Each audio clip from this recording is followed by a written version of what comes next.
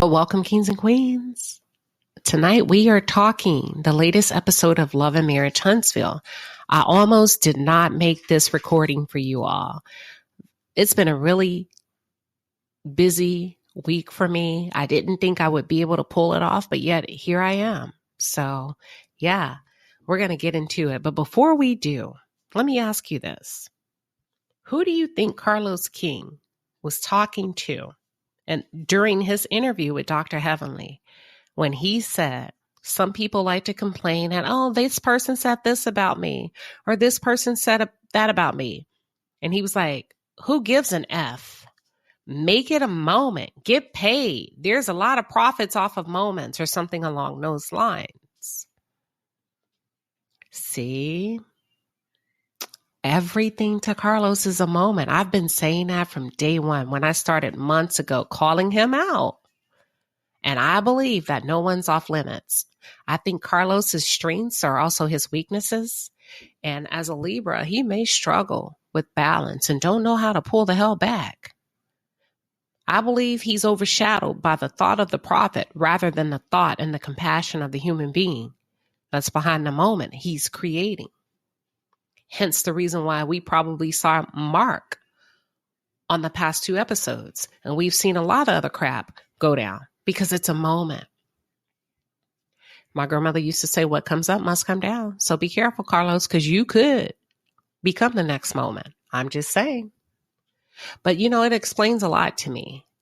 Since Mark, the brother of Marcel and Maurice, has blown up their spot, all hell has broken loose on social media.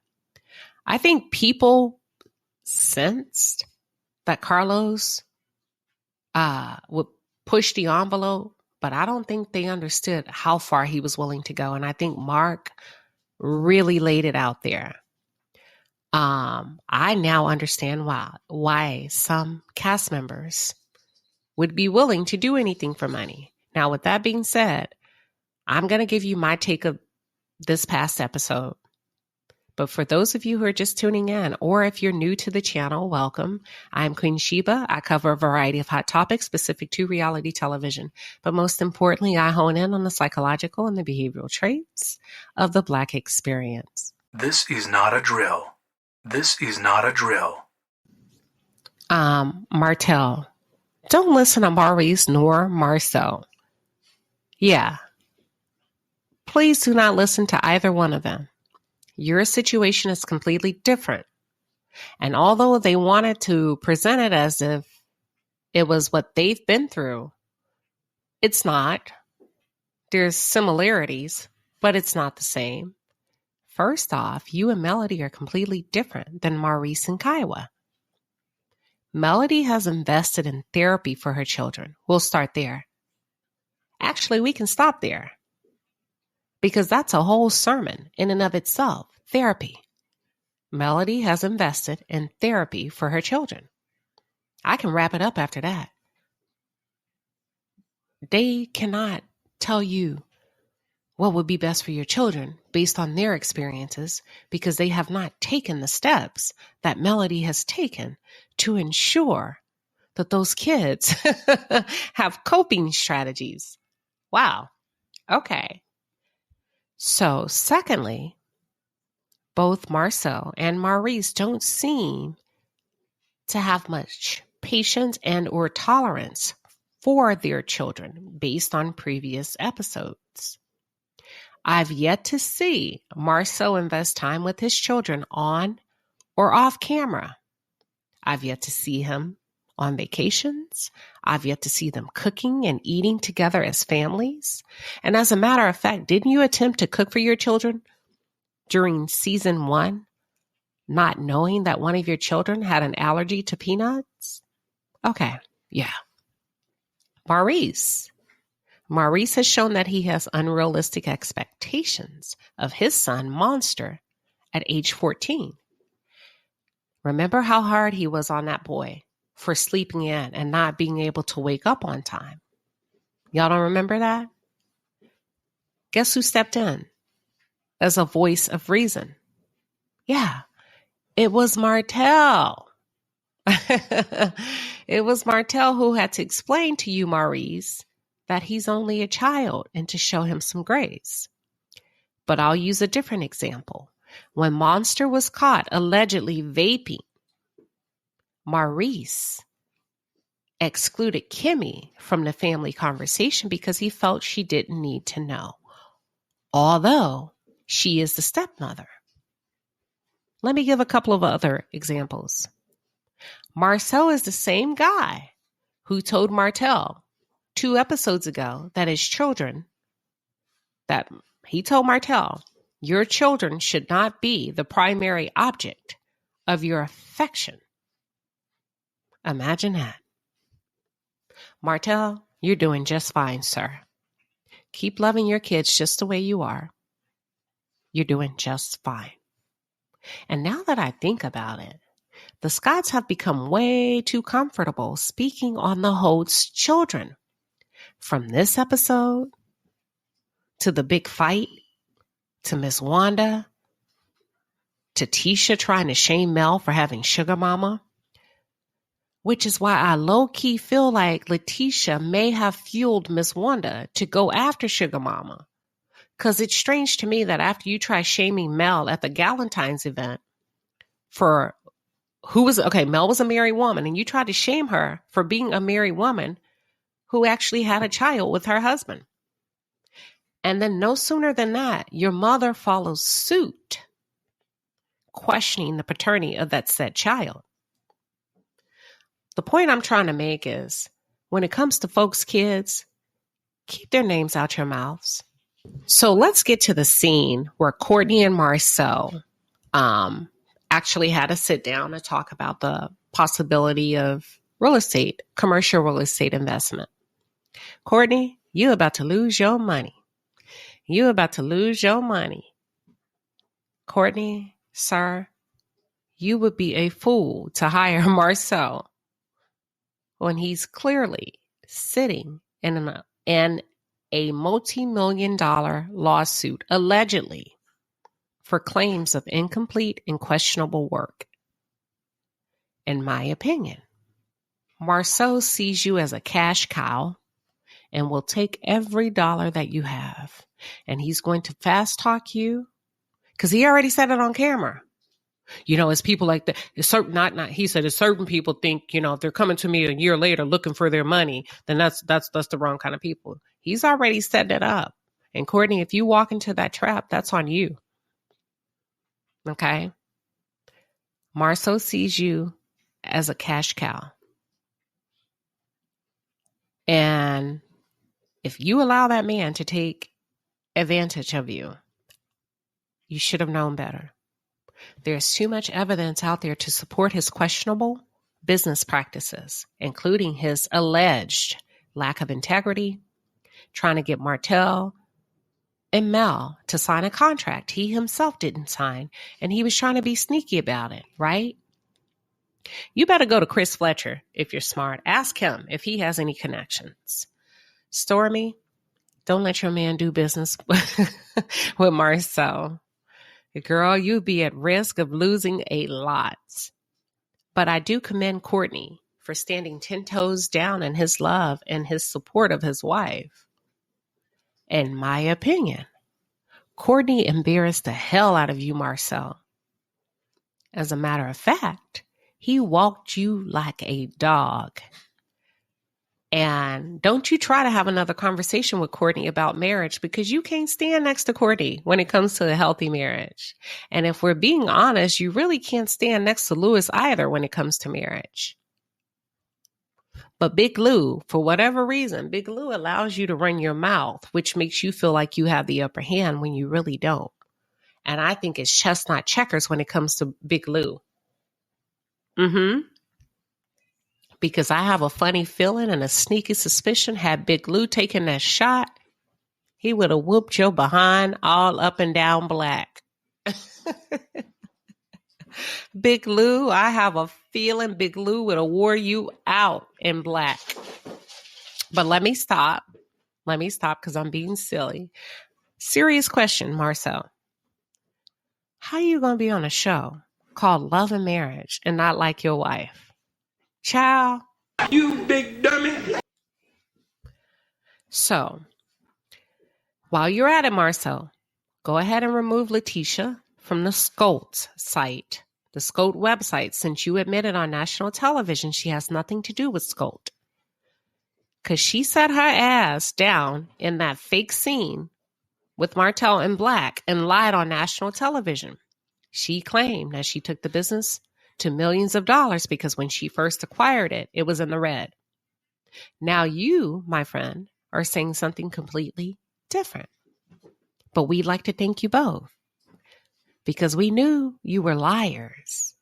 But by you going on record to confirm that one of you is not telling the truth is equally soothing, my friend. I'll take it either way. Because either you lying or she's lying or you're both lying. But either way, thank you for going on record to say, I could never work with my wife. Because you just refuted her scene, whatever she claims to bring to the show. You just killed her storyline. I've said it before, and I'll say it again. It's dangerous to give a madman a microphone and or air time. I still can't believe they both got on national television and made a fool out of themselves like that. Then again, I guess you can't too much trust any man who allegedly cheats on his wife with 20 women. First off, congratulations to Melody. She is doing big things and minding the business that pays her. They could never, honey, ever. In my opinion, Melody has outgrown the room. She's elevating. And her filming with them at this point is just giving to charity. Melody took that pain and turned it into purpose. So the fact that the cast members, or let me just say that, to the cast members that try to gang up on her and kick her while she was down, let me tell you this. The same thing that makes you laugh will make you cry. While you were busy plotting, God was busy blessing. None of you have maximized this opportunity, nor will you. That ship has sailed. You've missed that sweet spot because your hearts were in the wrong place. You tried everything to ruin this lady and her legacy. By that, I mean her children. But every arrow you sent came back by way of lawsuits, cheating scandals, failed businesses, lack of opportunities, and lack of promotion. I'm going to pause there. And this does not apply to Stormy. I'm just going to pause there. That says a lot. So as you continue to try to muddy Mel's name, as a reminder, her clothing line, the release of her clothing line tomorrow is proof that for every demon, 5 blessings. So keep going, Melody, and laugh all the way to the bank, Queen. Not only is she blessed, but she finds the most innovative and creative ways to bless others. And I'm proof of that. I had an opportunity to sit down to do a one-on-one interview with Melody, and it was a lot of fun. You can feel her energy radiate through the room, radiate through the camera. So make sure you check that out if you haven't already.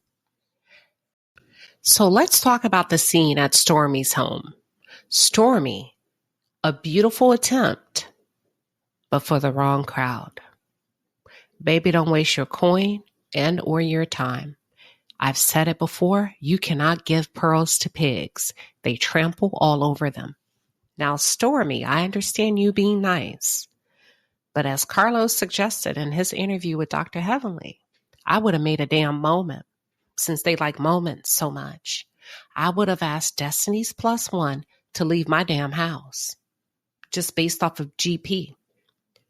Because see, your house is your castle and you got to be careful. When Stormy mentioned she wasn't aware that Destiny would be bringing a +1, and Stormy then looked at Destiny's cousin to say, it's okay though. We can make it work. In this scene, the cousin didn't even utter a thank you, nor did Destiny. And at that point, sweetheart, since you like moments, Carlos, since you like moments, production, I can show you better than I can tell you. Since you live for moments, honey, as you say, How about you leave and get out my house? Another thing, Stormy, I think you missed an opportunity to clap back and check Destiny about your home. Because what you not going to do is walk up in here and open your mouth talking about you brought back up. You should have said, not in my home you didn't. Because that insinuates that you were willing to tear up my house and fight in my house if you thought something, quote unquote, was going to go down. No, ma'am. You should have told her, I don't know how you run your house, but you won't be bringing that kind of energy in my home. See, Destiny is a big old bully, and ain't none of these ladies checked her ass. They may be intimidated because she likes to lean in with threats of fighting by way of Detroit. Let her tell it. Well, Destiny, Detroit can get binded by the spirit too, boo-boo. So don't come up here flexing in my house, disrupting my energetic flow. You should have put Stormy, you should have put her out. You should have put her out. Stop playing nice. Because they all living for moments. And honey, you are not exempt. They will use you for them. You saw what she did to Madani. You should have put her ass out. Because look at the things she's giving you thus far as you try. And at some point, you got to realize when you're unequally yoked. Okay, I get it. Oh, we're trying to be nice and we're trying to help. The lady don't want your help. Pay this lady dust. She doesn't even like herself, which is quite obvious. And it's not your job to save folks. If you're listening, listen to me.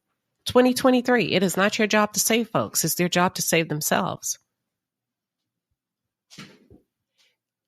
Destiny is a buzzkill, and I wouldn't miss her one bit if she was not asked to return.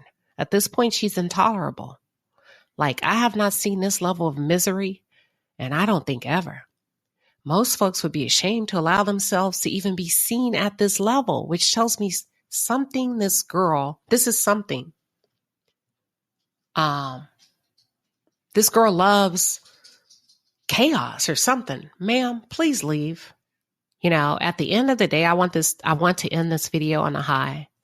Tomorrow is Melody's birthday, so make sure y'all pull up on her Instagram and bombard this queen with love and celebration in honor of all of you who took a stand to amplify your voices, to say enough is enough. We stand, and you can't just put anything in front of our face and expect us to go along and get along.